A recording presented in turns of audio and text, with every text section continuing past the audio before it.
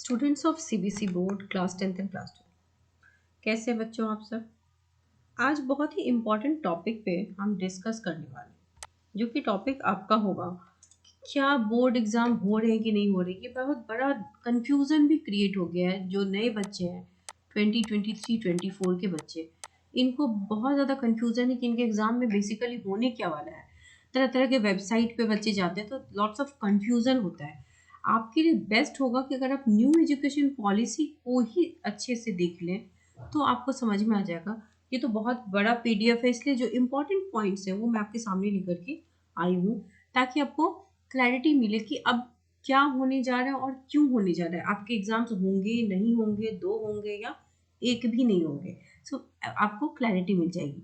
Current nature of जो exam है secondary exam, वो क्या कहता है, including board and entrance exam and resulting coaching culture of today. ऐसा ये तो बिल्कुल सच है ना कि जो भी बोर्ड के बच्चे होते हैं, इवन जो बच्चे 9th 8th के बच्चे होते हैं, वो कोचिंग ट्यूशन लेना शुरू कर देते हैं। और अगर आप अगर नीट जेई या सीयूईटी वगैरह की प्रिपरेशन भी करते हैं तो भी कोचिंग लेते हैं, है ना। तो कोचिंग कल्चर एक्चुअली है तो सही, और सीबीएसई ने इस चीज़ को बहुत बार ट्राई भी किया है चेंज करने का, and doing much harm specially at secondary school level, replacing valuable time for true learning with excessive exam coaching and preparation। ये बात भी सही है कि जैसे जेई वगैरह की जो तैयारियां होती हैं उसमें बच्चों की जो कॉन्सेप्ट क्लैरिटी होती है, उसके अलावा उनको एक्सेसिव सिलेबस का लोड होता है, कंटेंट को बहुत ही डेप्थ में जाकर के समझने का, फिर एक्स्ट्रा टाइम प्रैक्टिस के लिए। तो सीबीएसई जो चाहती है कि आपकी कॉम्पिटेंसी बेस्ड जो टेस्ट लेती है ताकि आपकी एनालिटिकल स्किल डेवलप हो, तो वो उस पर बच्चे टाइम नहीं दे पाते। बच्चे तो बेसिकली अपना डेली का जो पढ़ाई होता है उसको भी रिवाइज नहीं कर पाते हैं, और बच्चे स्कूल भी जाते हैं, बच्चे कोचिंग भी जाते हैं, तो उनके पास सेल्फ स्टडी का भी टाइम एक्चुअली नहीं होता। मुझे भी कई बार बच्चों को मैं होमवर्क देती हूँ, फिर वो जब करके नहीं आते हैं तो लगता है कि इनके पास सचमुच टाइम ही नहीं है कि ये बेचारे बच्चे स्कूल भी जाते हैं और यहाँ आकर कोचिंग भी करते हैं। तो कोचिंग कल्चर तो एक्चुअली है, एंड सीबीएसई इज ट्राइंग कि उसको हटा दे। So these exams also force students to learn a very narrow band of material in a single stream, rather than allowing flexibility and choices that will be so important in educational system of future। अब ऐसा है ना कि हम अभी तक जो पढ़ाई कर रहे हैं, इंडियन सिस्टम जो एजुकेशन का है, वो बहुत ही पुराना जो नहीं होता टाइप उसी पे था। मैथ्स वाले ऐसे पढ़ेंगे, बायो वाले ऐसे पढ़ेंगे, फिजिक्स जो है वो मैथ्स वालों के लिए ये लेवल पे रहेगा, बायो वालों के लिए ये लेवल पे रहेगा।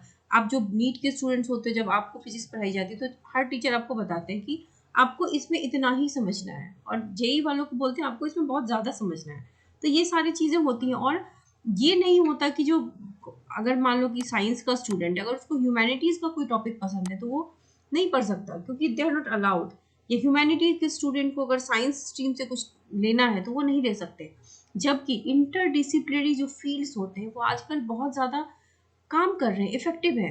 क्योंकि अगर मान लो कि दो डिफरेंट स्ट्रीम्स मिलते हैं, इंटरडिसिप्लिनरी स्ट्रीम्स, तो आप काफ़ी चीज़ें कर सकते हो, है कि नहीं। तो ये एक मौका सीबीएसई कोशिश कर रहा है देने का।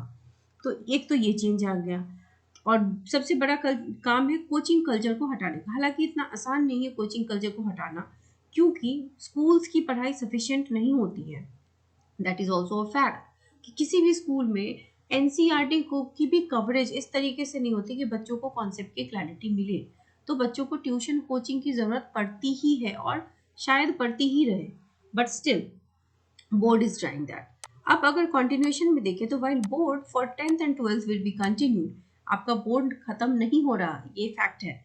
ये मैं नहीं कह रही, ये नेशनल एजुकेशन पॉलिसी जो आपने देखा है उसके क्लॉज हैं। आप जाकर के वेबसाइट पे चेक भी कर सकते हो ना, ये किसी वेबसाइट का कहना, ये मतलब authentic information from new education policy है। एग्जिस्टिंग सिस्टम ऑफ बोर्ड जो है वो रहेगा, इंट्रेंस एग्जाम्स भी रहेंगे। हाँ, हालांकि इंट्रेंस एग्जाम को रिफॉर्म किया जाएगा। लास्ट ईयर भी एक न्यूज़ आई थी कि अब जेई, नीट और सीयूईटी का अलग सा एग्जाम नहीं होगा, एक कॉमन प्लेटफॉर्म पे एग्जाम लेने की कोशिश की जा रही है, जिसमें जैसे फिजिक्स केमिस्ट्री कॉमन हो जाएगा, अगर जेई के बच्चे हैं तो मैथ्स का अलग से पेपर देंगे, और नीट वाले बायो का देंगे। तो दे आर ट्राइंग समथिंग जिसमें कि एक कॉमन एंट्रेंस एग्जाम हो। तो वो भी बात चल रही है, हालांकि अभी वो अप्लाई नहीं हुआ। To reverse these harmful effects of current assessment system, board exam will be redesigned to encourage holistic development, बच्चों की हॉलिस्टिक डेवलपमेंट होनी चाहिए।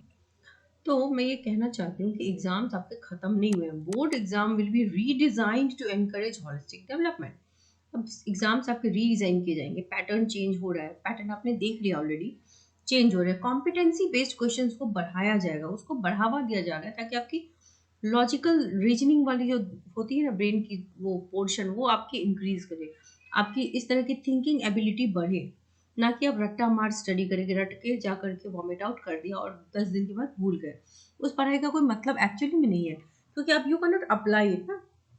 एजुकेट होने का मतलब है कि समथिंग विच वी नो आप उसको अप्लाई करें, तो एप्लीकेशन होना बहुत ज़रूरी है। Board exam will also be made easier, easier बनाया जाएगा, लेकिन इसका मतलब ये नहीं है कि वो आपको बिना पढ़े जाओगे तो आप 95 ले आओगे या इवन पास हो जाओगे। बिना पढ़े कुछ नहीं होता, पढ़ना पड़ेगा।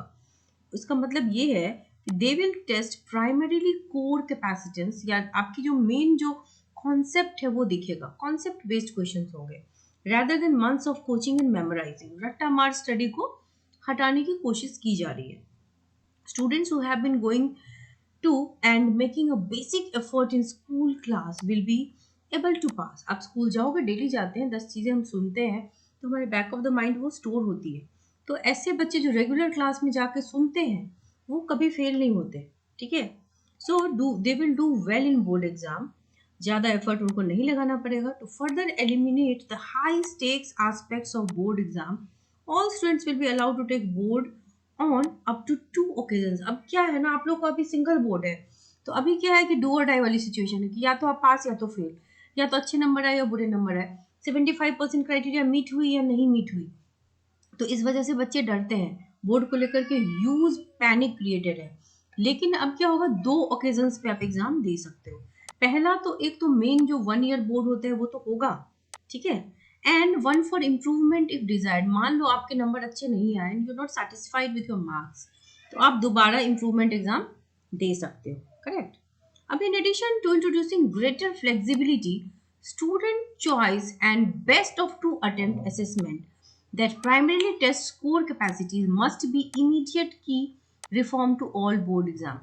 अभी फिलहाल ये हुआ नहीं है कि बेस्ट ऑफ 2 होगा, अभी बेस्ट ऑफ 2 अटेम्प्ट आपको दिए जा रहे हैं। सीबीएसई सोच रही है, टीम्स डिसाइड करेंगी, अगर तो हो सकता है जो करंट आपका जो सेशन होगा उसमें आप 2 एग्जाम दोगे, उसमें से बेस्ट ऑफ जो आइदर होगा वो लग जाए। कुछ चेंजेस तो होंगे।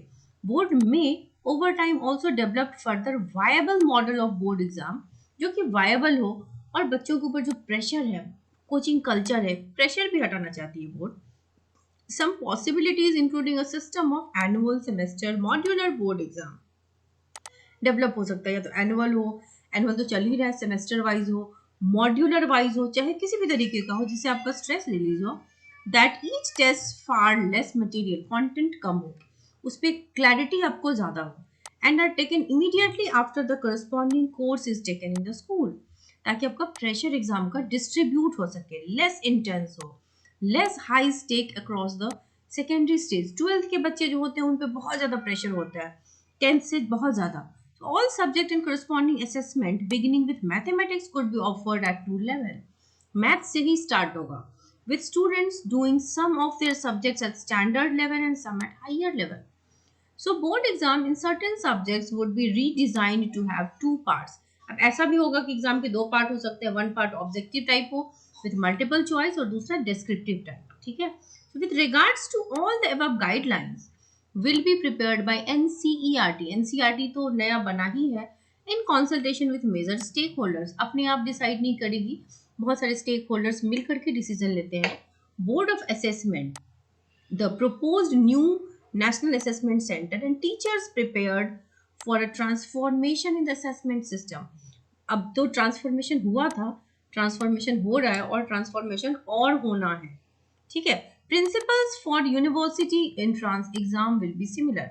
अभी तक तो प्रिंसिपल सिमिलर ही है। अब एनटीए ही जेई कराती है, नीट कराती है और सीयूईटी कराती है, तो अभी ऐसा हुआ तो नहीं है, लेकिन ये एग्जाम जो होंगे दे शैल टेस्ट कॉन्सेप्चुअल अंडरस्टैंडिंग। अब ये कॉमन एक एग्जाम ले सकते हैं, अब जैसे जेई है वो आप 2 बार दे रहे हैं, सो अब ये एग्जाम्स जो होंगे ये हो सकता है कि साल में 2 बार सारे के लिए लागू हो जाए और एक कॉमन एग्जाम हो।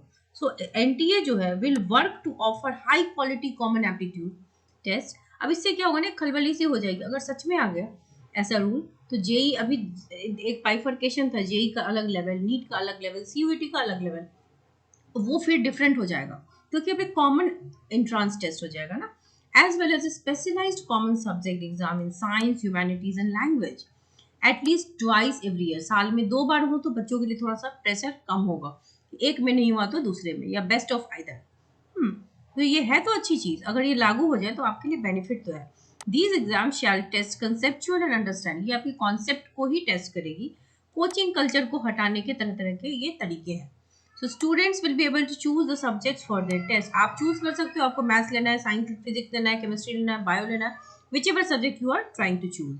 So NTA will serve as a premier expert autonomous testing organization to conduct entrance exam for undergraduate and graduate exams. अभी भी NTA ही लेती है, तो NTA ही लेगी। ये अभी तक की करंट अपडेट यही है न्यू एजुकेशन पॉलिसी के। एग्जाम होंगे, ईजियर होंगे। इसके अलावा अभी साल में एक बार, मतलब 2 बार एग्जाम होगा। अब बोर्ड एक नहीं होगा, 2 होगा। एक तो आपका जो एनुअल एग्जाम होता है, उसके बाद एक प्रॉपर एंट्रेंस एग्जाम होगा, और बेस्ट ऑफ आइदर लगेगा। कुछ और भी चेंजेस होंगे, भी सेशन तो बस स्टार्ट हुआ है, मीटिंग्स होंगे, उसके अलावा बहुत सारी चीजें होंगी, फिर नए अपडेट्स भी आएंगे। तो आई होप आपको अपने एग्जाम को लेकर के कुछ क्लैरिटी मिली हो। अगर वीडियो पसंद आया हो तो लाइक शेयर सब्सक्राइब जरूर करें।